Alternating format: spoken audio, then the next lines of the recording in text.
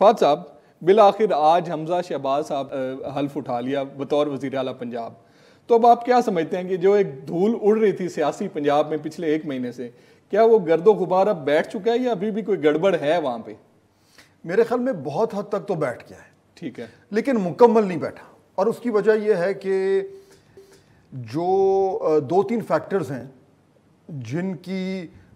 جو آؤٹ کم ہے وہ بھی کلیئر نہیں ہے۔ پہلا تو ہے جو انٹرا کورٹ اپیل ہے، عدالت نے اس کا تاریخ دی ہے، بینچ بنا دیا ہے، جی عید کے بعد جو ہے عید کے بعد ہوگا۔ اب اس میں سے کیا نکلتا ہے؟ اگر تو ان کے خلاف فیصلہ آ گیا تو پھر ایک دم ایک نیا، جسے کہتے ہیں کہ ایک فرنٹ کھل جائے گا غیر یقینی کا، کہ جی اب کیا ہے، کیا پھر یہ سارا کچھ اوور ٹرن ہوگا۔ اور دوسرا جو ڈسکوالیفیکیشن کے لیے بھیجے ہوئے ہیں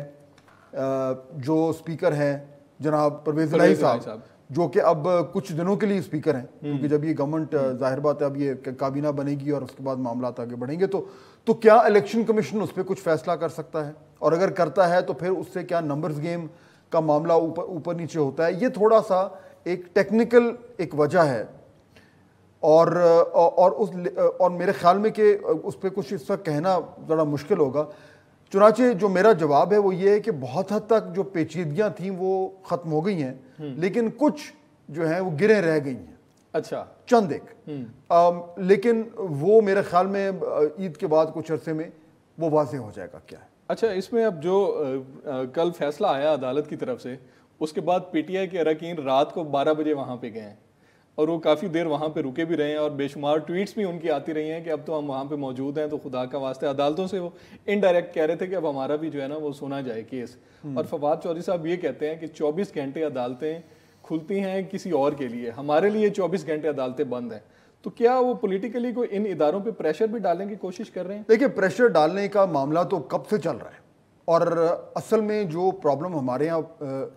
اس طرح کا پرابلم ہو رہا ہے جس کے حوالے سے ہم سب کو پریشان ہونا چاہیے، اس پہ آج ہم تھوڑی بات بھی کریں گے، وہ یہی ہے کہ کیا آپ نے یہ ملک جو ہے وہ آئین اور قانون کے تحت چلانا ہے یا زور زبردستی اور دباؤ کے تحت چلانا ہے؟ یہ جو ہم دیکھ رہے ہیں پچھلے کئی ہفتوں سے، بلکہ شاید کئی مہینوں سے، وہ یہ ہے کہ زور زبردستی، دھمکی، الزامات وہ ایک باقاعدہ حکمت عملی بن گئے ہیں، اور ان کو اس طریقے سے استعمال کیا جا رہا ہے وکاس کہ ان کی بنیاد پہ پھر یہ منطق بنائی جا رہی ہے کہ جناب اسی لیے تو ہم یہ کہہ رہے ہیں کہ فیصلہ جو ہے وہ اس طریقے سے آنا چاہیے، یعنی دلیل آئین کی یا قانون کی نہیں ہے، جی دلیل دھمکی کی ہے۔ اب دیکھیں نا، یہ دلیل کیا ہے کہ جی کسی اور کے لیے تو عدالتیں رات کو کھلتی ہیں، ہماری نہیں کھلتی، یہ دلیل ہی غلط ہے۔ لیکن جب آپ بار بار دھونس دھمکی کو جو ہے وہ باقاعدہ طور پر ایک جسٹیفیکیشن کی طرح استعمال کرتے ہیں، تو انفارچونیٹلی یہ ہماری بدقسمتی ہے کہ جو سپورٹر ہیں ان جماعتوں کے، وہ واقعی میں اس کو ایک سچ سمجھنا شروع کر دیتے ہیں، جبکہ تھوڑا سا بھی اگر آپ ایک ریشنل تھنکنگ کریں تو آپ کو فوری طور پر یہ احساس ہو جائے گا کہ یہ جو دلیل ہے کہ جی ان کے لیے تو عدالتیں کھلتی ہیں، ہماری نہیں کھلتی، یہ سراسر غلط ہے۔ کیوں؟ کیونکہ عدالتیں کس لیے کھلی تھیں؟ عدالتیں اس لیے کھلی تھیں کیونکہ آپ آئین کی وائلیشن کر رہے تھے، بالکل، اور اگر آئین کی وائلیشن کے لیے عدالتیں نہیں کھلتی، جن کا کام ہے آئین کی تشریح کرنا اور اس کا دفاع کرنا، تو پھر کس کے لیے کھلیں گی؟ دوسری طرف یہ جو کیس ہے یہ آئین کی خلاف ورزی تو نہیں ہے، یہ تو ایک پٹیشن ہے، ایک کیس ہے، ایک معمول کی بات ہے، اس میں عدالت نے ایک معمول کی سماعت کر کے اوپر ایک فیصلہ دینا ہے۔ لیکن لوگوں کو کنفیوز کرنے کے لیے آئین اور سیاست،